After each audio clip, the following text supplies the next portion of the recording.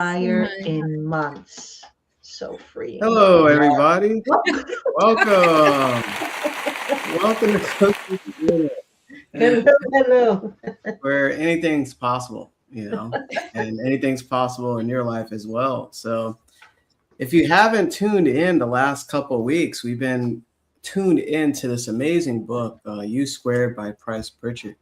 And he talks a lot about high velocity movements and formula for multiplying your personal effectiveness in quantum leaps. And today we're just moving along in ignoring your conventional approaches. And we're going to dive into this very, very short chat. They're all short, but it's packed with enlightening knowledge for you to have a quantum leap. And if you missed what we talked about, what quantum leaps are, go back and watch a previous episode where we go in great detail of what that is. So before we get into today's session, of course, when you're here live, feel free to engage with us. You can ask questions, you can comment, you can laugh with us because we even have, you see, Lou's already starting that for us. So, don't be afraid. And of course, if this really speaks to you, and it touched it, you feel something and it's time for a shift, reach out to any one of us so we can help you with this material, but also help guide you towards whatever it is that you desire, because you desire it for a reason. So speaking for a reason, you attracted this session for a reason. My name is Jamel Matias. I'm a certified mindset success coach / business consultant, founder of Believe in the Unseen. I'm in the Maryland area. I've been trained by the legend Bob Proctor, as well as my peers here. And it's all about believing in that goal, believing in your dream, knowing that it's there and readily actually waiting for you, believing in yourself as well. I help guide you to your truest desires, basically. And also help hardworking but unfulfilled professionals who know they're capable of more, yet they feel stuck in a cycle of effort without progress, or lacking clarity or direction and the subconscious programming needed to create the income and the freedom and the life they truly desire. So I'm here. I'm excited always. And I'm going to pass it on to my amazing colleague who's back, Alicia. Alicia. Hey, yeah. Hi. I missed last week. We have Mother's Days here in Sweden. So we were visiting the mother. So my name is Alicia Espinosa. I am in Sweden, and I am also certified coach and a leadership coach, values coach, and I help people who have everything but still don't feel that they don't feel fulfilled, that is empty on the inside. And I also help people, leaders, to be a leader worth following. So that is me, Paul. Short. Thank you, Alicia. My name is Paul Wooters. I'm in Burlington, Ontario, Canada, and Success Mindset Mentor. I'm also the head of the Leadership and Development Department at the World Life Education Center and High School in Oakville. And I help empower people to understand their potential, their inner potential, to master their mindset, to live with purpose, confidence, and integrity, and to help you live by design, live your life by design and with intention, and to live to your greatest possibilities. I'll pass this over now to my friend and colleague, Lou. Thank you, Paul. Well, welcome, everyone. We're grateful for you being here with us live. And if you're catching the replay, thank you and welcome. So my name is Lou Perica, and I am a success mindset mentor and speaker and the founder of Prosperous Results. And I work with growth-minded women who many times may be in some sort of a transition in their life, and they just feel like there's more to them, whether it's more success, more fulfillment or more alignment in their life, but something isn't fully clicking. And a lot of the women that I speak with or work with are doing the right things on the outside, but still not seeing the results that they desire.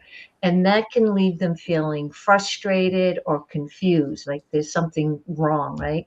So, what I help them do is I help them understand actually what's driving their current results, how their thoughts, their emotions, their interpretations about things, and their patterns are influencing everything. And once they start to see that, things start to shift in a real and lasting way.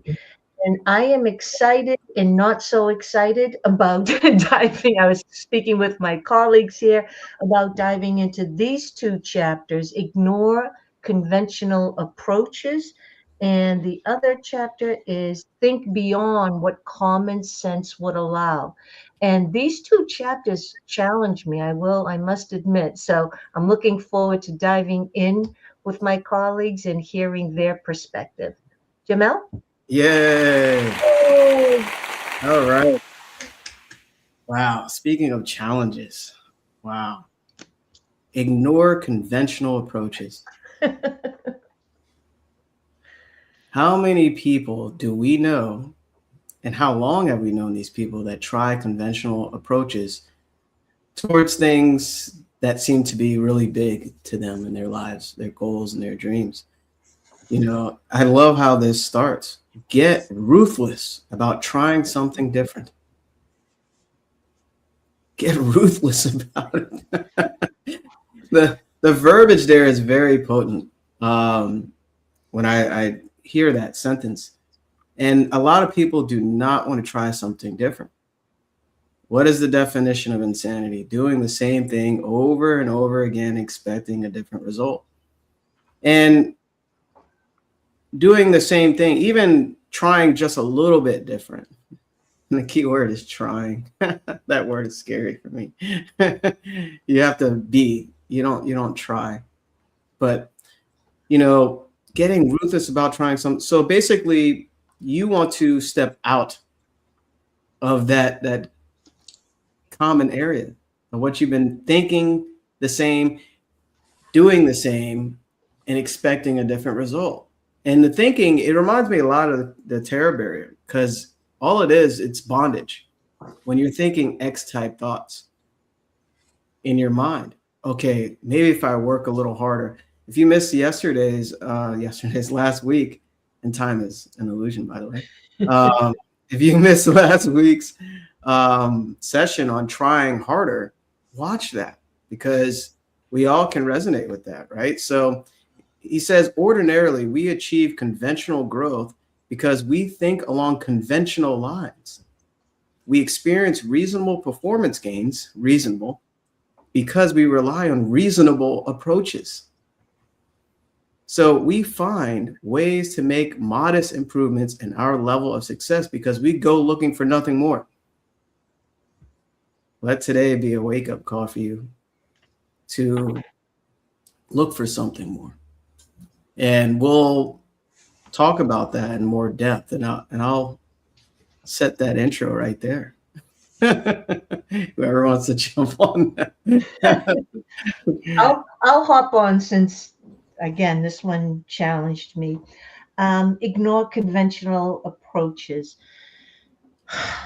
So I realized that we've been taught, we've learned, and we've been trained conventional ways.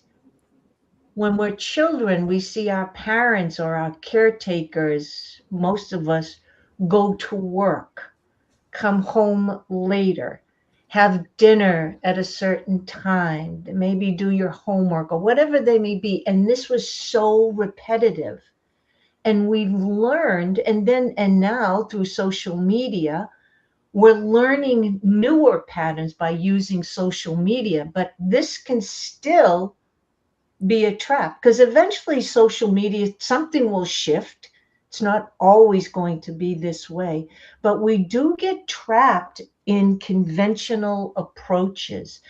And I find myself as well. So what I have been doing, it hasn't been very easy, but surrendering to allow new ideas to flow to me without that resistance. Because I too can be a little headstrong and believe that this is the way it should be done. This is the way that everyone's doing it. I'm going to do it the same way, but maybe put my little spin on it. But what if there's something different that someone really hasn't thought of? But if my mind is so focused on doing the same things the way I've always been doing them, again, it's almost like a hose, right? Where you're not allowing the flow of water. You're restricting it. So for me, I have been surrendering, surrendering a little more while still keeping my foot on the gas. And that's been a challenge for me. But this is what I take from ignore conventional approaches, because I realize I'm doing conventional approaches because I've been trained that way. Society has been trained that way to do things that what you've been doing, but just do it a little harder, do it a little more. And if we keep thinking that way, we don't allow new ideas. We don't allow Source to send us new ideas and new approaches because there is a kink in the hose. So that's what I've been taking from this particular chapter. And again, for me, surrendering and allowing the flow to come to me. And that could be thoughts that you have while walking. You know, I hear many times people get these ideas while they're in the shower, or sometimes it's when you're sleeping. I mean, they can happen at any time. Are we allowing that new idea? Are we allowing it to come to us and then take action on it? Or do we just say, yeah, no, forget it. I don't want to do that. So this for me has been a challenge. So I appreciate reading and studying this particular chapter because it's kind of waking me up once again. Paul? Yeah, thank you, Lou. It's a tough one because, as Lou said, you know, we are taught to do things a certain way, and we have these assumptions on how to do things. And the previous chapter was, you know, quit trying harder, right? It's always about working harder, working more, putting in more hours, and all that sort of thing. And it's not doesn't necessarily have to be harder, but it's difficult to think outside the box, right? It's kind of scary. Mm-hmm. And I think we were talking earlier, and Jamel mentioned that, you know, it's kind of talking about the terror barrier here too. And we go back to where we feel safe. And so Price Pritchett, who's the author of this book, he's suggesting that really if conventional approaches really produced extraordinary results, then everyone would be achieving extraordinary results. But that, of course, isn't the case, right? So most of the time, we're looking for advice from, you know, the average person, you know, the neighbor, or we follow accepted methods. Like, why not? That's the accepted method. You know, we're staying within these established boundaries. And so we tend to get, you know, average outcomes. You know, maybe try a little bit harder and you get these little incremental changes or improvements. But when we're talking about, or when the author here is talking about quantum leaps, he's talking about breaking away from traditional thinking and the standard procedures. A little bit scary, but he's suggesting that if you want to really achieve like some breakthrough result, then, you know, maybe the usual rules don't apply, and that the path to, you know, these dramatic or unconventional ways to success can seem unreasonable. So really, I think he's asking, okay, like, you know, question assumptions like, you know, hey, this is how it's always been done, or that's the proper way to do it. And I know Bob would always say to us, that may be a very good way, but there's always a better way. And that's why, technology keeps improving, because there's this healthy dissatisfaction with what happened there? This The echo in the mountains. This healthy dissatisfaction with the way things are. Or, you have to pay your dues for some years of experience, but that keeps people operating within the limits, and the limits, they were created by other people. Alicia. Yeah. When I started my business 10 years ago, I started early, but 100% 10 years ago. And I was looking for what other people did. Like, oh, they did that. Maybe I should do also that. I never stayed, and discuss with myself what I wanted. So I was doing the conventional that everybody was doing this, and even why they were doing that. I know we have a group of all people that are the Bob Proctor's coaches, and people will say, I'm doing this. And I thought that it was also mine. And I was doing all the things that they were doing. And I found myself very frustrated because I was doing the conventional because I thought that is what was expected to me. And it wasn't before, and you remember that I have my different frames, and that is very difficult, to have a frame and you have a way of doing things, and then you see other people doing in another way, and then you say, oh, I should do that, but the problem is that it not fits that. And it is when we try to think ourselves what we want. And this is what we have talking about all the time. You need to have the clarity, and also to be courage enough to change your strategy, not your goals. But it's not like, oh, today I test something and tomorrow I move to another way. It's like how can I do this in a way that is good for me, that I don't feel they shouldn't. Because if I feel like I should do this and I should do that, then it's not so good.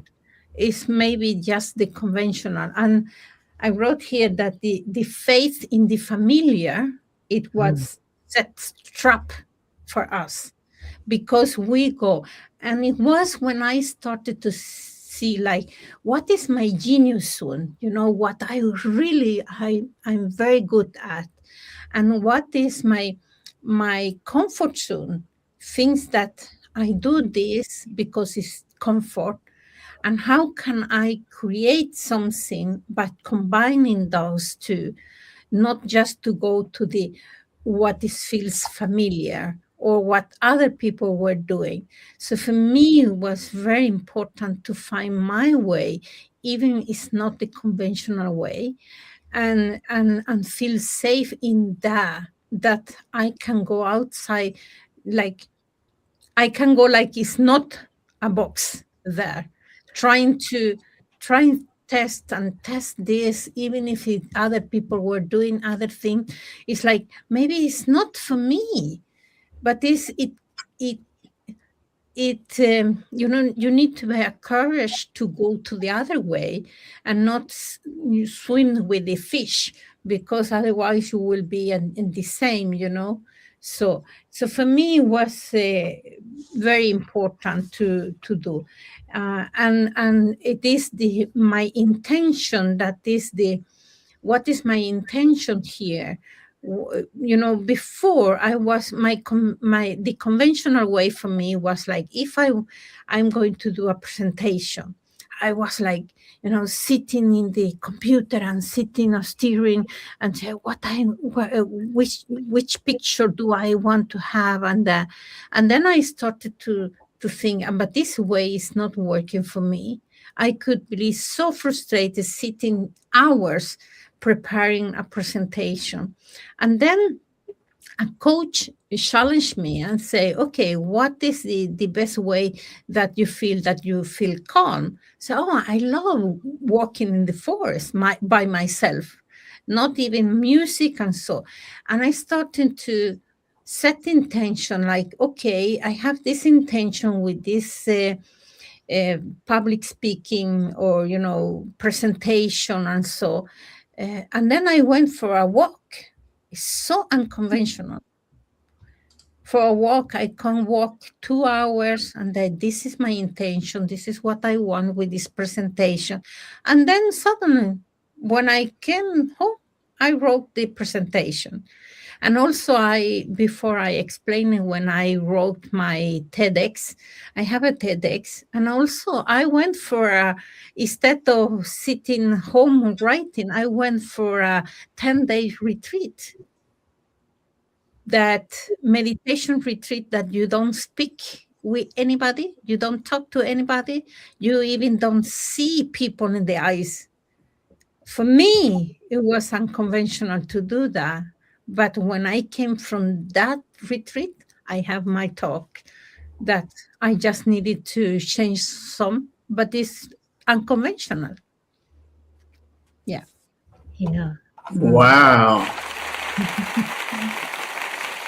That is amazing. Thank you for sharing those beautiful, examples of unconventional. And if you haven't seen Alicia's TEDx, I'm sure Alicia can share that with you. It's on YouTube, right? Yeah. So yeah, it's really good. It's like you write TEDx Alicia Espinosa and then you see that.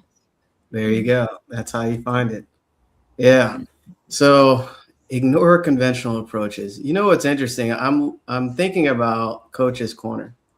This is kind of we're ignoring a conventional approach to sharing this knowledge in a slight way because we're just talking about how we interpret this material.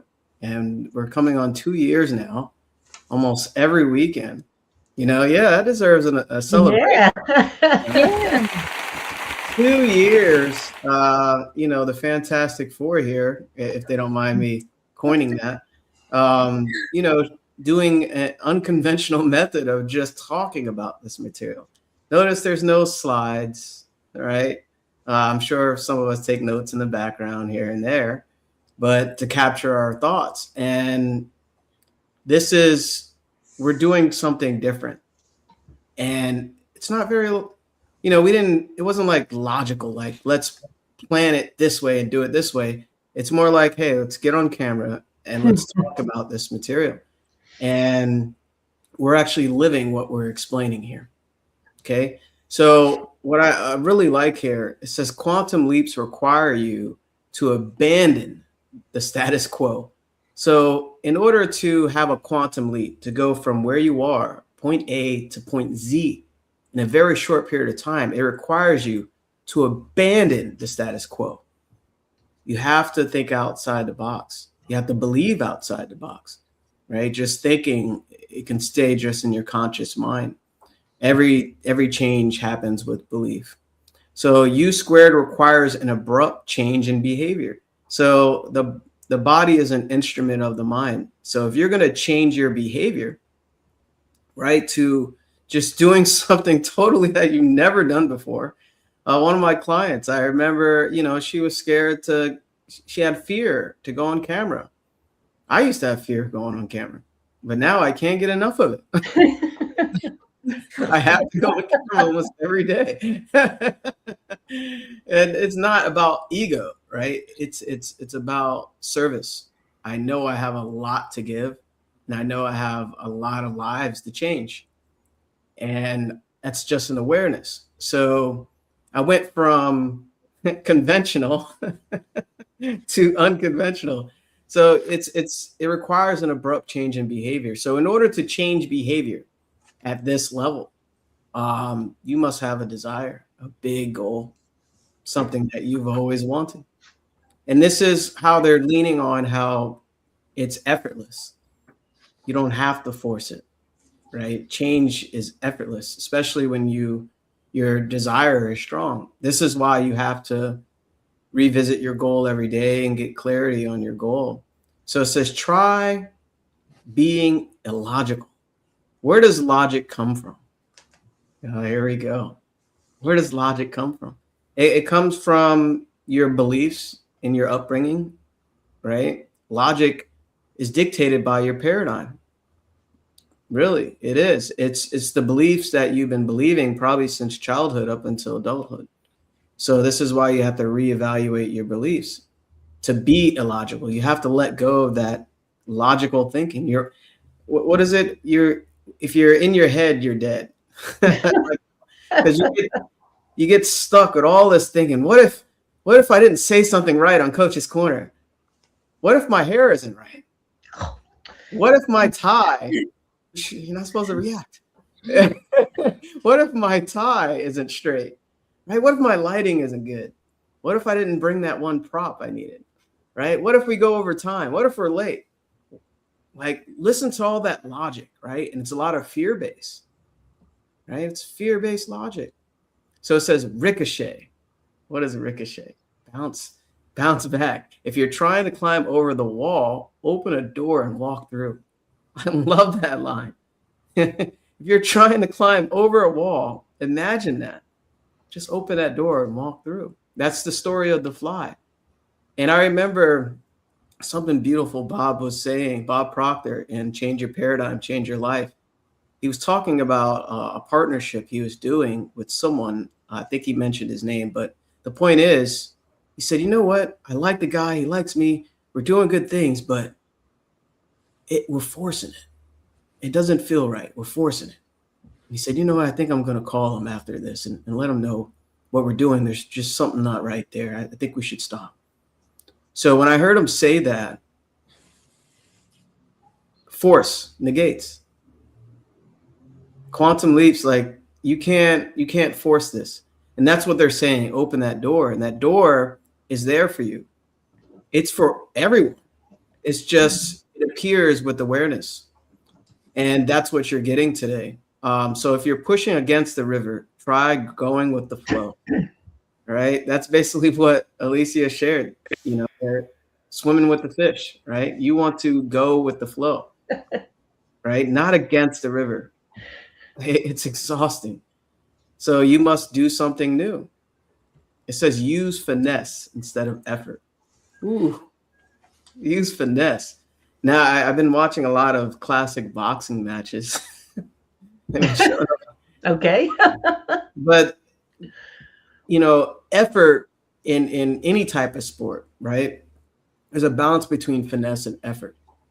It's almost like when you're in that flow zone, that's finesse. You don't have to try. You're actually connected with spirit on 3 different levels rather than forcing it. And I've seen different fighters try to use effort to win. And even in other sports, we can talk about sports. I know Paul and Lou, we're not going to talk about it. So, you know, finesse allows you to basically get in a flow state and not force effort. So that's just a couple examples that came to mind there. I wanted to jump in because conventional approaches, and you had mentioned, you said the word fear, Jamel, and what if my tie's not straight? What if my hair doesn't look right? That's an inside joke, everyone. But anyways, why do we stick? Wait, Lou, wait. Oh, okay, there we go. Why do we stick with conventional? Why is conventional so deeply ingrained And you really have to ask yourself, well, I'll just point the finger at me. I have to ask myself, what is it that's keeping me or tries to keep me being conventional? Not to stand out. This is the way, well, I should say, this is the way I used to think, even though I still can get caught up in the conventional, but it's not nearly as the way it used to be. But when I look back, I wanted to just make sure I fit in. Mm. I didn't want to do anything too crazy, um, because there comes the self doubt that I'll be laughed at. People will think I'm crazy. So I used to just want to just blend. And I know I've mentioned this before in Coach's Corner. If I went into some sort of an auditorium, if there was some sort of an event going on, it could be church, it doesn't matter. I would sit in the back row. I didn't want to be called upon on anything. I just wanted to listen, but be in the back row in case I wanted to head out early or cut out early, right? That was very conventional because a lot of the people that I knew would also do the same thing. Until one day I sat up in front. I went to this big convention and I was into this high paid coaching program. And so I got a special pass and I was able to sit up front. And sitting up front was a completely different feeling. And that different feeling, as Bob mentions, was an emotional impact. That emotional impact was strong enough to shift my paradigm of sitting in the back, just blending. I always want to sit up front now, or at least as close to the front as possible. But that took an emotional impact for me to change that type of thinking, that paradigm. And this is why what we share on Coach's Corner, in order to change or shift those patterns of what we call a paradigm, is three ways: is boom, an emotional impact, something that hit you so strongly, you shifted that paradigm. Constant space repetition of a new idea. This is where most people drop the ball. That's why mentoring and coaching is so important, because we got to stay on you to remind you of the end goal that you truly want to experience. And the other is imagining, visualizing, see it in your mind. And so when Price Pritchett talks about quantum leaps, and Jamela just mentioned, you're talking about the fifth dimension, which now people go, what the heck is she talking about, right? But that's where possibility lives. That's where potential lives. That's where quantum leaps live. But we physically live in the 3D world. So what we're experiencing is all the things that have happened in our minds, in our beliefs, in the fifth dimension. We're experiencing them in the 3D. So we become very familiar with our own patterns. And like Alicia said, they set a trap. The familiar sets a trap. That's why adventures are so exciting, because you're going to do something you've never done before. So in order to do, let's just say we're using the example of business.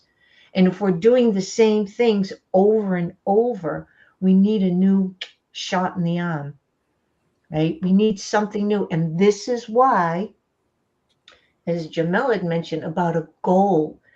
Now, some people get the sound of the word of goal, but what is the end goal? What do you want to experience in life?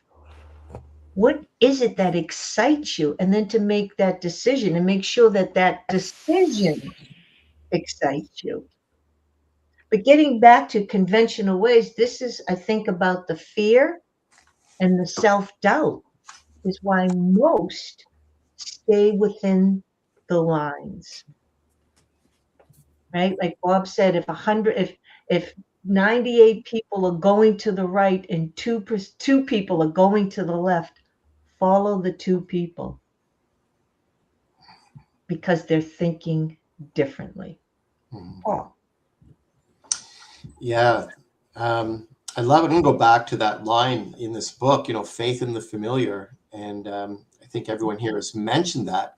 And that really does set the trap, because that's where our conventional thinking is based on. It's based on our, past results and the norms which are accepted, the collective experiences of other people, and also avoiding risk. So, this is really talking about, overcoming fear and having some courage. And also, this book also talks about, when you feel stuck or you're stalled, you generally go back to doing what you do best, and how that could be the worst thing you could do, because it doesn't matter how well you can do something if it's the wrong thing to do. And yet we keep trying to do that and just working a little bit harder and, all those things. And you don't get the result, or you get the same result, or it's incremental result. So we have to really, if you think of kids and they go out and play, they set things up and do things, the methodology is created along the way just through their trial and error. Right? They go out and they build, ramps to run their bikes over, or jump ramps, or do whatever. You give them a bunch of boxes and they construct things. But the methodology just happens as they start creating things, not like how it was maybe done before. And they'll try different things. And again, go back to new technologies. It's just they're just trying new things. It's science experiments with things, and they're not successful immediately, but they just try different ways of looking at things. So if you're really, you have to challenge the beliefs that are generally accepted, and experiment with new ideas and new approaches. And Lou talked about imagination, one of our higher faculties. So what's in your imagination, also your intuition. Trust your intuition a bit, and start acting before you take action before you feel completely ready. I work with athletes, and they're not confident yet, but they have to act. You want not going to be more confident tomorrow or next week, or they want to try a new dive maybe next week or next practice. They're not going to be any more confident. You get confidence by doing the thing. That's what makes you ready. You just do it, and then you're ready, and then you build your confidence. So instead of asking, what's the normal solution to this, then ask a different question, like, what would an extraordinary solution look like? Or maybe, if there weren't any rules, how would I approach this? So we're really talking about having a little bit of courage, and we keep talking about thinking outside the box, but realize that there really is no box. The box is something that we created ourselves, right? Our own limits. We created this box, and our own paradigms. We talk about paradigms, and these paradigms were created from the time we were born. And so we have these certain beliefs about things, and we don't want to step outside those beliefs. But people generally just retreat back to the familiar methods because that's what, feels familiar. That's what feels safe. That's what's going to get them approval. They don't want to have resistance from others, or they're going to face criticism or things like that. So people who experience breakthroughs, they accept that there's this temporary discomfort for this exchange for extraordinary results. Alicia. We have a question there, Alicia, if you don't mind. Addressing that. What does intuition sound like compared to being anxious overthinking? For me, I will explain how I feel intuition. For me, I recognize the difference between intuition and fear is that intuition will always want me to win, to try things, to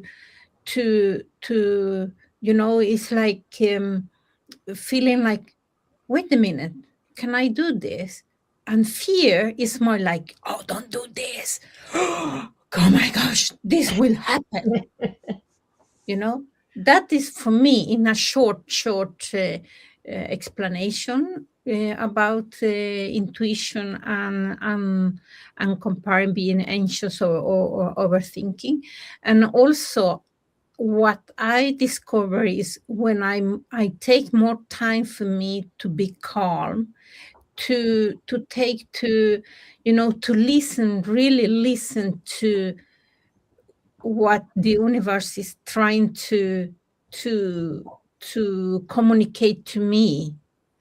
And and I, as soon as I start to have a discussion about something, then it's like, wait a minute, is that intuition or is the fear that I have fear of something?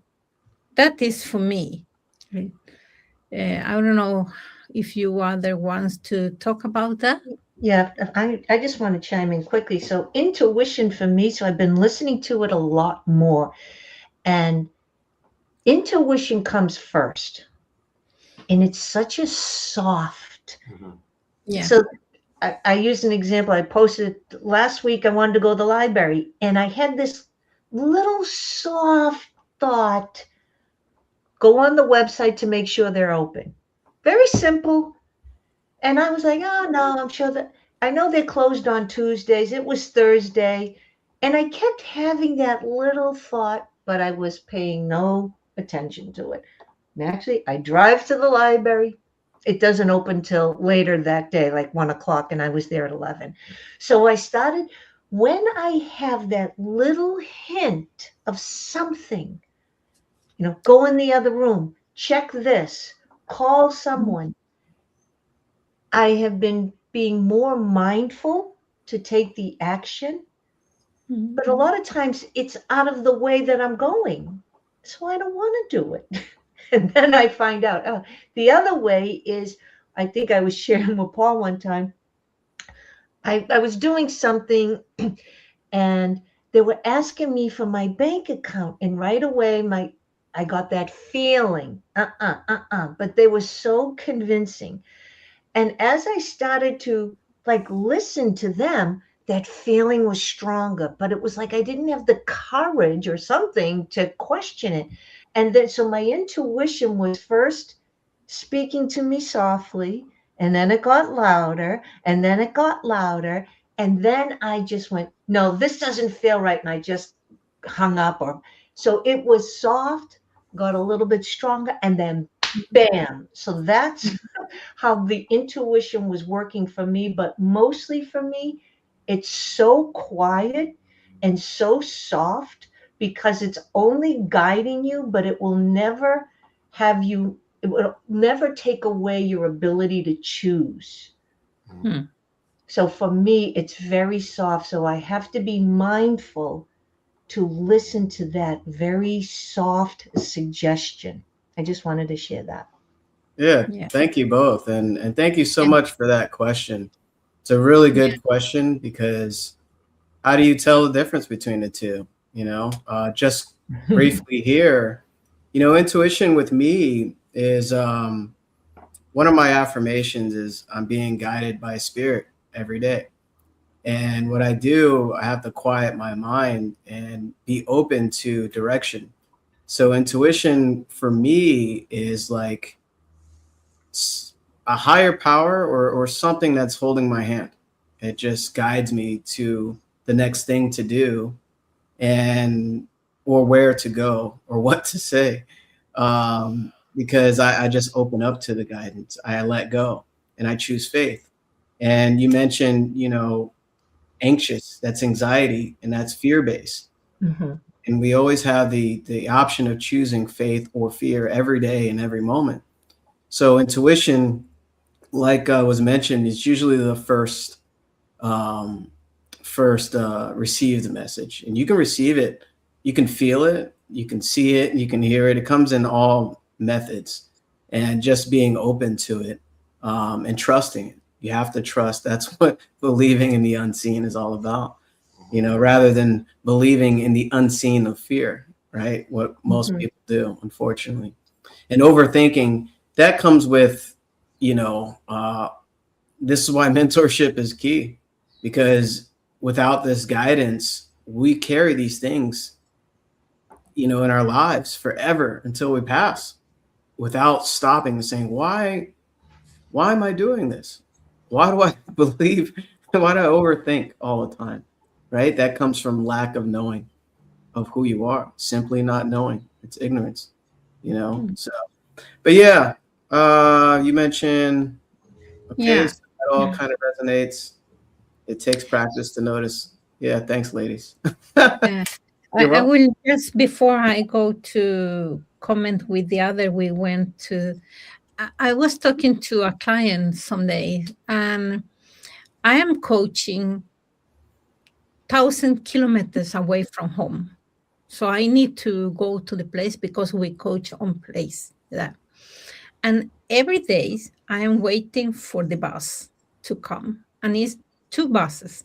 First is the lila line there, and the other is the red line. And if I take the first bus, it will take me somewhere, but not where I want to come. I need to wait the red bus so it take me to where I want. And I was talking to a client because I say, the thoughts that come to you, you may need to decide if you want to jump in there, and it will take you somewhere, but maybe not where you want to be. So you need to wait and decide which thought you want to jump in and be involved with. And if it's the intuition thoughts, or is the fear-based thought, it's something that we need to decide, everybody. So it's just something that they came to me. The I love that example, the bus. intuition came to me. So I love that. but I go back to what you say, Lou, why we stick to conventional. And it made me think is that because I was talking to a client this week, a leader, and we were just talking about, and he say, yeah, but you know, I am so bad at this. We were talking about leadership competencies that he needs he want to be better at. And he say, yeah, but I'm so bad at this. And I told him the story of my son when he was like 10, 12, like that. He was like, he buy a game, and he started to play that, and he started to screaming, and he say, I'm so bad at this. And I say, yeah, when did you buy this new game? Yeah, today. Yeah. So I understand that you are bad at that game at the moment, but the question is not how bad you are. The question is how good do you want to be at that? Because many times we overestimate a task and underestimate ourselves. And it's when we take the conventional way. And what happens is that we get frustrated. And we get frustrated, so we drown in a drop of water. You know? So it's like we lose all our power because we underestimate ourselves and overestimate a task. And we drown in a drop of water, not in a glass of water, in a drop of water. So that is something that I was talking with my client. And when we talk also about challenge the status quo, it's not just the circumstances, it's our thinking, how we do things, how we feel about things, and how we compare to people. Because when we compare to other people's, then we are creating a life from the frame of other people's and not we're all our own frames. That's what I wanted to say Very Awesome. I about love that. it. I love it. Paul, you had anything to add on there? To Alicia, wow. I think that this really aligns with, when Bob Proctor is talking about paradigms, right?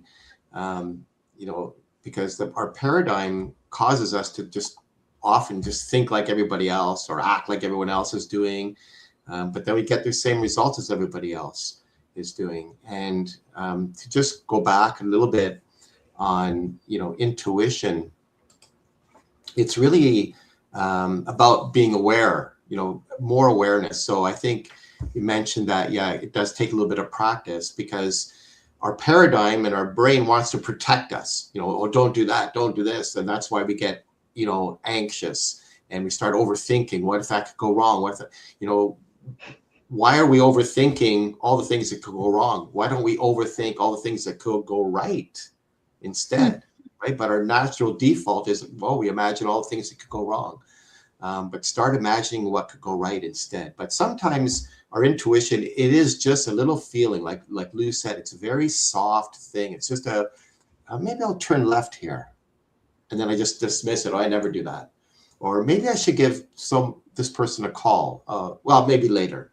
But there's something that's telling us. And as Jamel said, maybe the universe is telling us, sending us a little message, a little nudge.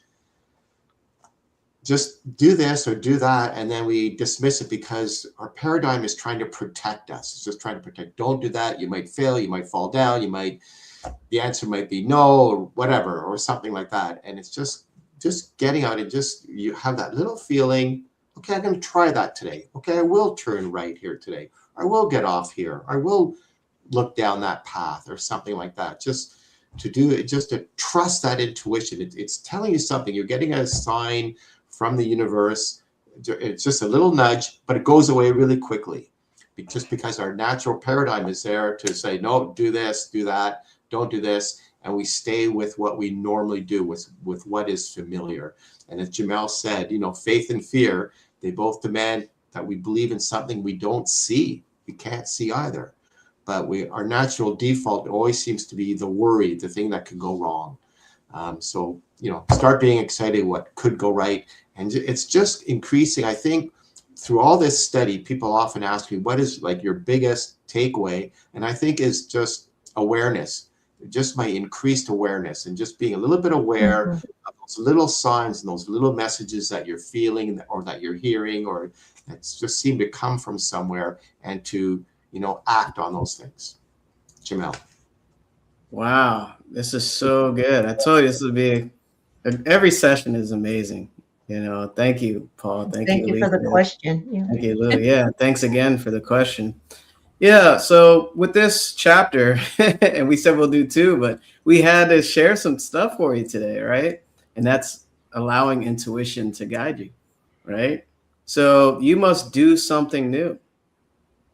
You must do something new. And what is that? New, it's a new approach. And I really think about mentorship. I was totally against like, oh, I don't need a life coach and I don't need a mentor. I was totally against it. And look what I do. And Spirit laughs. It's like, I told you, Jamil. I was totally against it. I was like, oh, I got all this knowledge. I read all these books and I watch all these videos. I'm good, and I did something new. I allowed intuition to guide me, right? And we mentioned multiple times, faith in the familiar sets the trap, right? So you're putting faith in what you've always been doing. And you spring it when you reinvest yourself and what logically seems like it should work because it usually worked in the past. So you're creating a rut. And I like how this is worded here. To make a quantum leap, you've got to break out of the rut where you've been running. Right? Really think about that hamster on the hamster wheel or just running in place in the same spot. Second guess your routines. Second guess them.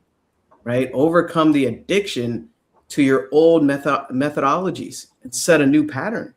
Right? There's, you know what it reminds me a lot of? There's different ways to success, right? Your success is whatever it is that you want in your life. So it's not just a direct A to B point. It's a squiggly line and zigzags, and sometimes you go back and you go forward, right? Mm-hmm. There's different ways, and all these doors are open. And I like how they mention here in the book here said, if the things you're doing have quit working, stop doing them. Oh God. Right? This resonates, right? Focus on what works. So if you'll just quit what you've been doing instead of doggedly doing it harder, you at least create an opportunity. And he calls it some white space to do something else. Wow. That's huge. Mm. So if it's not producing the results that you want and you've been trying the same thing over and over, you're actually doing yourself a massive disservice. And the last paragraph in the book here, I just want to read that because it sets up the next chapter really well, and it's very powerful. He says, quantum leaps come when you seek elegant solution. This is like when you seek an elegant solution. You ever seen people succeed that it doesn't look like they're trying? And you're like, how in the world are they doing that? There's an elegant solution for each and every one of you, for everyone. And he says, so look for an approach characterized by simplicity, precision, efficiency, and neatness. Right? And when you seek something, seek and you shall find. Right? So it won't be as complex or time-consuming as your present struggle. Overall, it will be less demanding of your energies and emotions, and it probably will not be familiar to you. U square calls for a fresh perspective, a deft move, a path, less resistance, and there's a way you can do more with less. You can do more with less. You can do more with less. What did you say, Jamel? You can do more with less. All right. So let this really sink in. I said it multiple times to let you hear that and feel that. And that's into your subconscious mind. You don't have to struggle. You don't have to work hard. And this is where you're tapping into your unlimited self. And we're all unlimited beings. And that's why we're here, to reveal that for you and remind you of that. And speaking of unlimited, we have a few minutes. Anybody want to share anything before we end today's session? Yeah, I want to say something, Paul. So allow intuition guide you. And in order to, because we need this awareness, and in order to let intuition guide us, we need to increase the awareness. And in order to do that, we need sometimes to slow down to speed up. And I call this the lollipop moments. You start with lollipop and you think, well, so take more time for lollipop moments and not be so, driving in 150 miles per hour or kilometers per hour, because if you don't slow down, you will not hear the intuition talking to you. Mm. I just wanted to add this part because, Bob, I remember it was a big pill for me to swallow at the time. You are the only problem and you are the only solution. That was a tough one when I heard that years ago. I didn't want to take full responsibility for my outcomes. So to see yourself with the desired end goal, that's where the solution lies. Where your thinking is now is where the problem is created. The solution is where the end goal, what is the end goal? What's the outcome that you desire? That's where the solution lies. It takes a different version of you to get the new solution. And this also comes with new ideas as well. It takes an elevated version of you for newer ideas to come. I just wanted to share that. Paul, anything? Thank you. Yeah. So a couple of things. Here's a question for you, you listeners, and maybe even our panel here. What is one rule, assumption, or conventional belief that most people accept, but that might actually be limiting your growth? So think about that for a moment. And if you're in the area, if they're in the Oakville area, Burlington area, there is a book launched this afternoon at the World Life Education Center, Therapeutic Lies. It is, the author said it's her dementia journey as a care partner. So come for the afternoon of connection and insight into the world of memory loss and the love that sustains it. It's from 3 to 5 o'clock this afternoon at the World Life Education Center, 2655 Bristol Circle in Oakville. And also go on to the World Life Education Center website to check out the upcoming study tours and master classes that we're going to be holding this summer in July. I love it. Awesome. Before we jump off, I want to thank our viewers that were here live. And it looks like we have a new viewer here. Hey, thanks for showing up and engaging with us. He says, I think that's how I ended up here. First time coming to YouTube Live. So welcome. Welcome. Welcome. We're here every Sunday at 10 a.m. Eastern. And, you know, I'm going to jump on Paul's bandwagon there. This month, we're doing the monthly mastermind. So you'll find that probably on these platforms that you're watching as well, if LinkedIn still allows live there, and also my Facebook and here on YouTube as well for the mastermind. And also another 5-day event this month. Don't have dates for both of those, but stay tuned or just reach out to me as I'm plugging in for the calendar this month. Anybody else? We good? We good. Good. All right. See you next Sunday, everyone. Thank you. Have an abundant day. And of course, reach out to us, to set up a complimentary call if this really spoke to you today. Bye, everybody. Bye-bye.